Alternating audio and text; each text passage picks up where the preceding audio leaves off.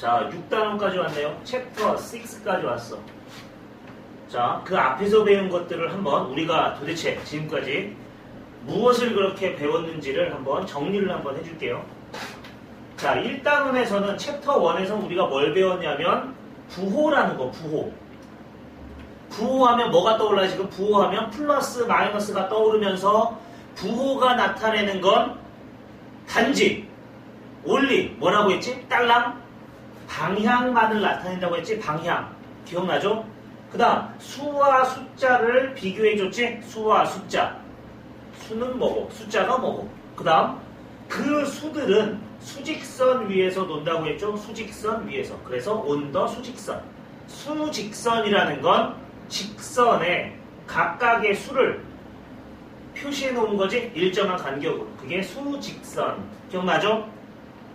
그 다음 챕터 2에서는 뭘 배웠냐면 이제 본격적으로 우리가 배우는 이 방정식은 기본적으로 등식이기 때문에 그 등식의 구성 요소들, 등식은 세 가지로 구성되어 있지. 좌변, 등호, 우변. 맞죠? 그래서 변이라는 것도 배웠고 left side, right side. 맞죠? 가운데 이퀄.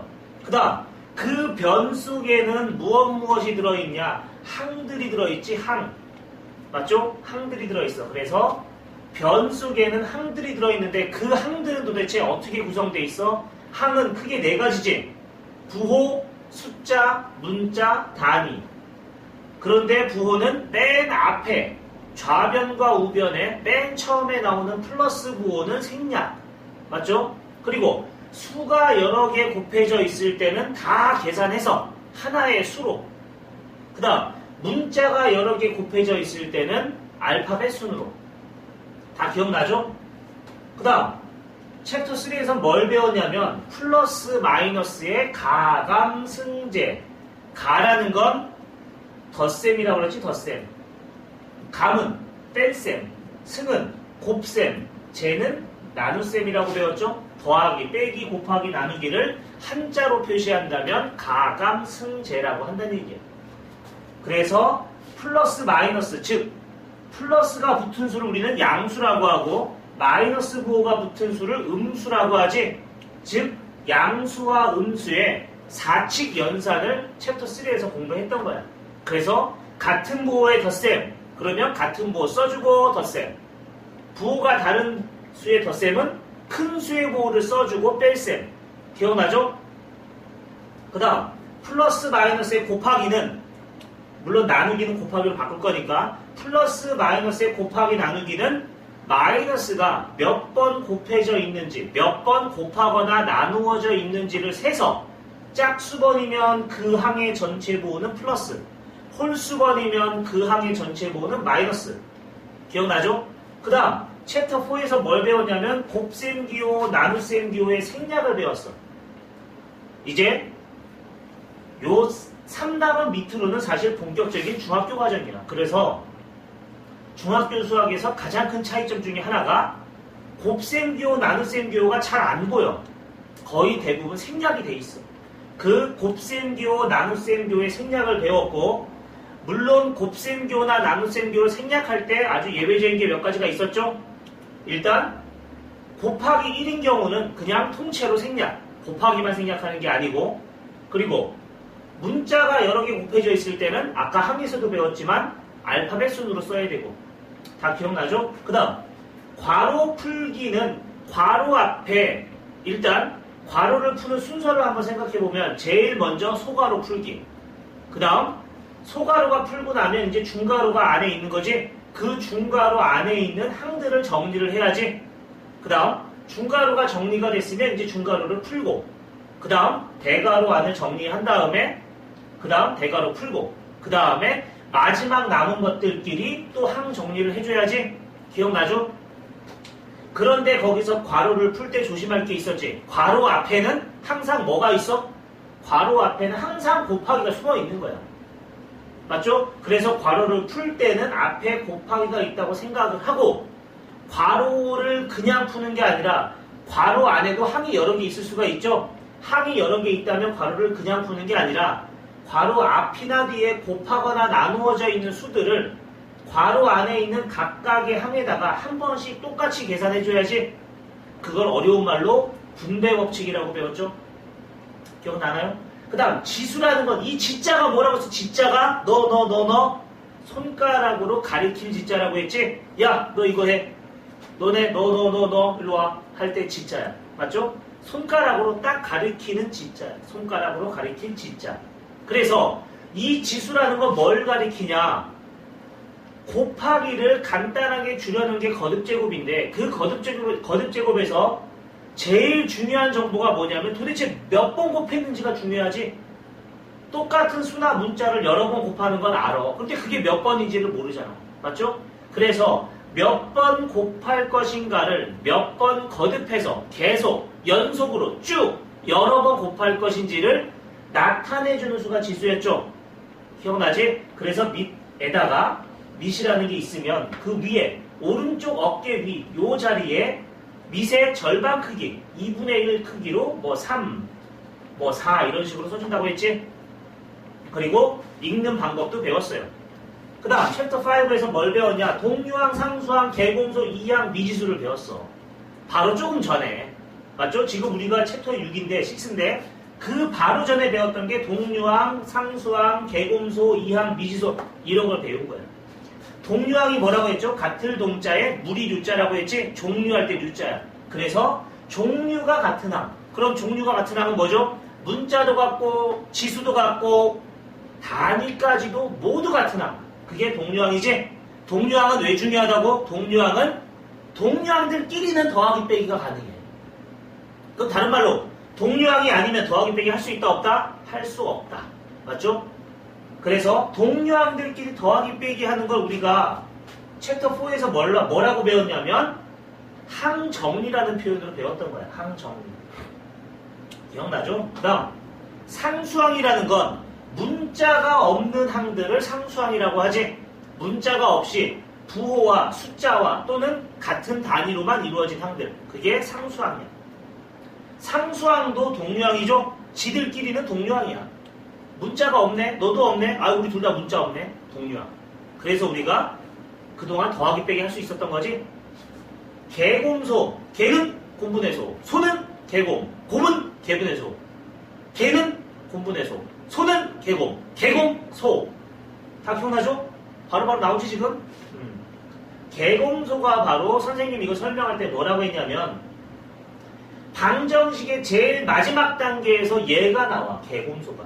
그 전에 아무리 내가 뭐 부호 잘 알고 뭐 다 알아. 뭐 곱셈교 뭐 이항 동류항 다 알아. 다 아는데 제일 마지막에 가서는 개곰소가 있어야 돼. 꼭.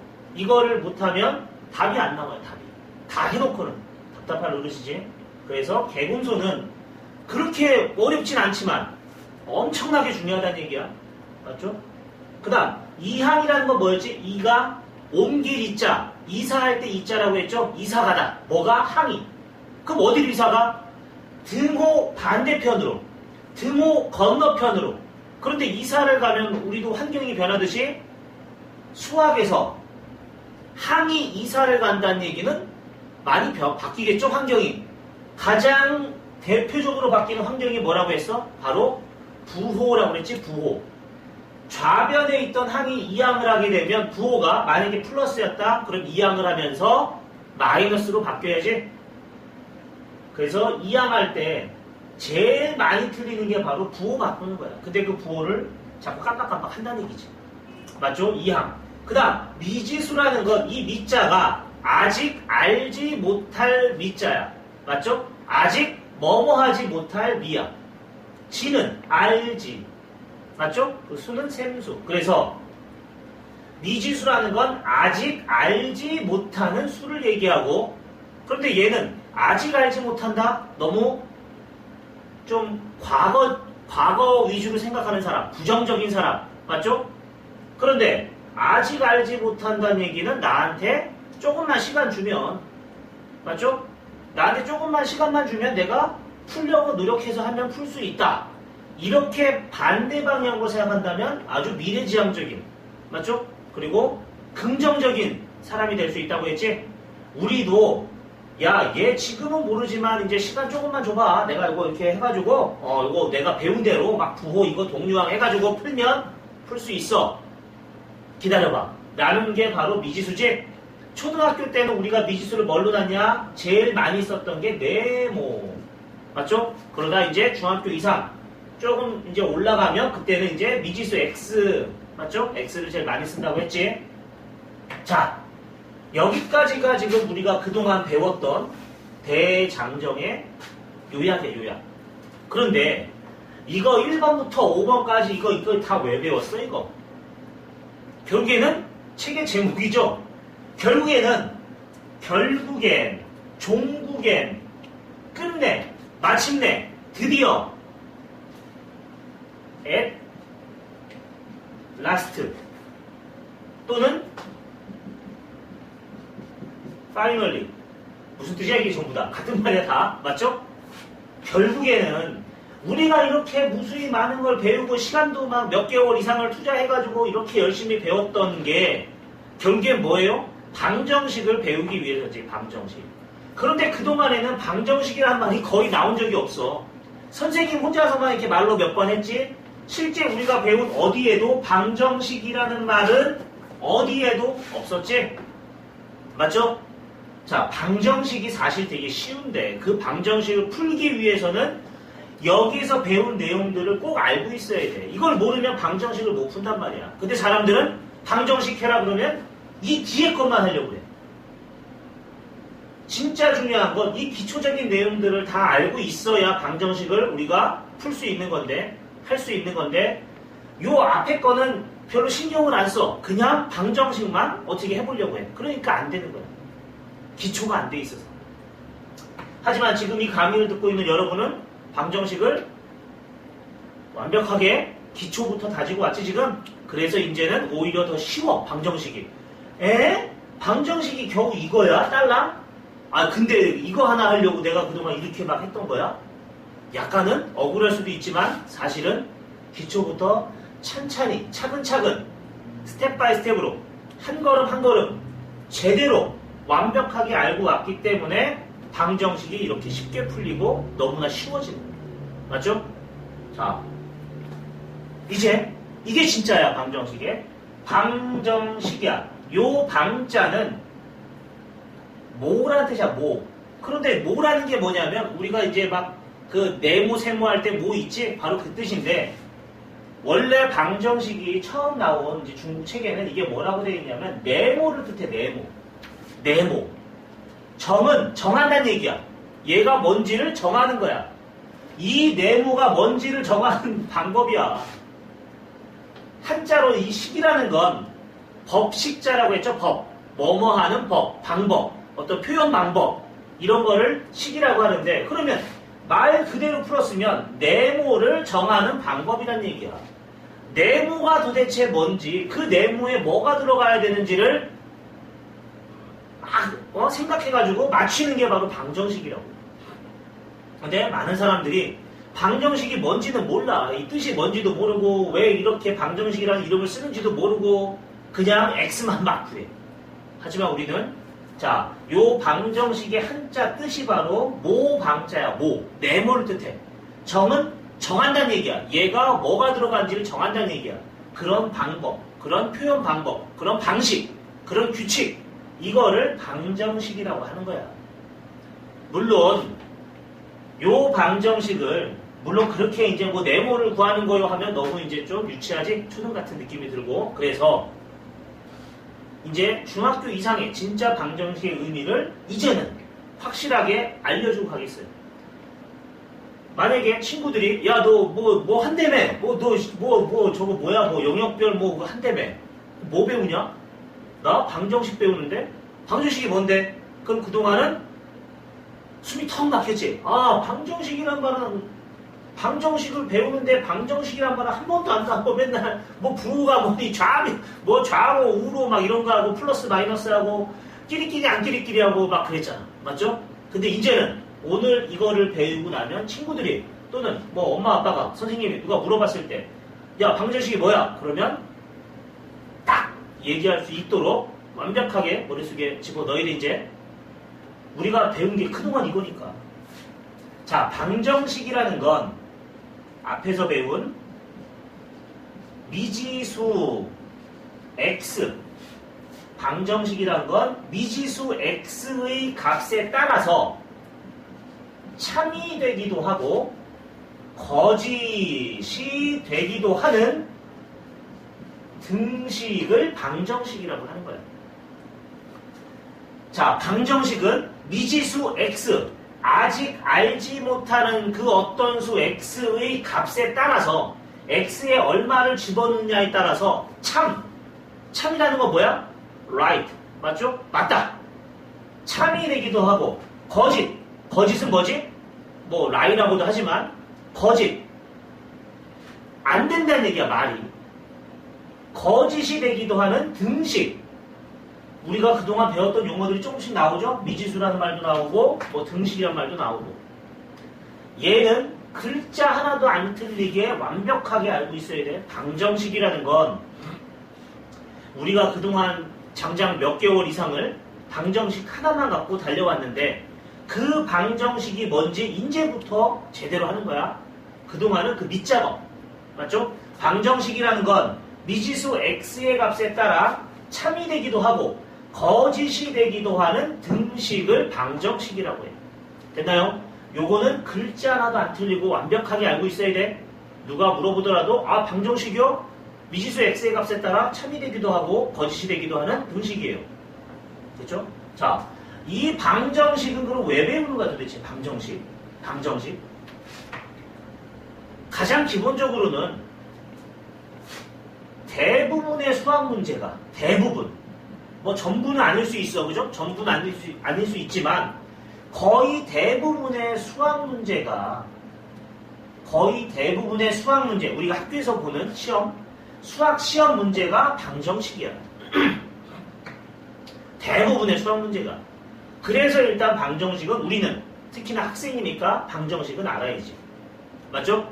그 다음 방정식 학교 시험을 보기 위해서만 공부하는 게 아니야. 우리가 실생활에서도 방정식은 너무나 많이 쓰여. 예를 들면 피자 한 판을 사 먹기로 했어. 사 먹기로 했는데 친구들이 같이 이제 뭐 돈을 모아서 사야 돼. 자, 피자 한 판이 만약에 16,000원이야. 16,000원인데 친구가 5명이야. 그러면 한 사람당 얼마씩 돈을 모아야 16,000원을 모을 수 있지? 이것도 방정식이야. 맞죠? 또는 내가 지금 뭐 시골에 놀러 가야 되는데 차가 많이 막힌대. 그래서 원래는 뭐 평상시에는 시속 100km로 갈 수 있는데 차가 막혀서 시속 20km밖에 못 움직인대. 그랬을 때 수원에서 부산 뭐 시골까지 가는 시간은 얼마인지 구하시오. 또는 정상적인 평일날 안 밀렸을 때 가는 시간과 지금 우리가 가는 시간, 걸리는 시간 사이의 차이를 알아보고 싶다. 이게 전부 다 방정식이야. 여러분이 좋아하는 컴퓨터도 기본은 방정식이고 컴퓨터 안에서 연산이라든가 프로그램이 구동되는 원리라든가 전부 다 방정식이야. 마트에 가서 물건 하나 사는 것도 방정식이요. 그죠? 자, 방정식을 너무 학교 수학 시험이라는 관점에서만 자꾸 쳐다보면 아우 정말 하기 싫어져. 아 저거 왜 해야 돼? 아 수업 없었으면 좋겠다. 아 방정식 만든 놈 누구야? 와 아우 그냥 그죠? 그런 과격한 말들을 하는데 너무 이제 공부라고만 생각하지 말고 우리가 일상생활 하면서 맨날 쓰는 게 방정식이야. 내가 30분까지 가야 되는데 내가 평소 가는 속력으로 가면 20분이 걸려. 그러면 내가 최소한 10분에는 나가야 되지만 오늘은 자전거가 있어. 자전거를 타고 가면 더 빨리 갈 수 있고 막 등등등등. 맞죠? 이 모든 게 다 방정식이기 때문에 우리가 세상을 살 때 좀 더 지혜롭고 편하게, 맞죠? 그리고 남들은 다 아는데 나만 모르면 또 막 무시당하잖아. 맞죠? 그러지 않고 정말 내가 하고 싶은 것도 할 수 있으려면 기본적으로 방정식은 알아야 돼. 방정식은 인류가 만들어낸 아주 큰 유물 중에 하나야. 맞죠? 그래서 방정식을 푸는 목적은 뭐라고? 첫 번째 목적은 당연히 수학시험, 학교에서 배우는 수학시험 잘 봐서 뭐 원하는 뭐 대학을 가든지 뭐 고등학교를 가든지 그게 첫 번째 목적이지 물론 우리한테 직접적으로 와닿는 하지만 그걸 떠나서 방정식은 우리가 실생활, 실제 생활하면서 죽기 전까지 계속 쓰는 게 방정식이라는 얘기야. 우리 주변이 전부 다 방정식이란 말이야. 알았죠? 자, 그래서 이제부터는 이 방정식의 마무리야. 방정식이 뭔지를 이제 오늘 배웠으니까 이제부터는 그 방정식을 이제 어떻게 하면 잘 세워서 어떻게 하면 잘 풀 수 있는지를 처음부터 끝까지 이제 정리를 해줄 거야. 됐나요? 자, 여기까지 잘 정리하고 책에 없는 내용들이 많어. 선생님 강의는 알지? 교재에 없는 내용들이 아주 많단 말이야. 그 말들을 여기 써준 내용들을 제발 책에다 좀 적으면서 아 선생님이 이때 맞아 그 얘기했어. 맞아 표정이 어땠는데 막 이거 하면서 했고 그런 것들을 잘 떠올리면서 복습을 꼭 해야 돼. 알았죠? 특히 이 방정식의 뜻은 글자 하나도 빼먹지 않고 완벽하게 머릿속에 집어넣으세요.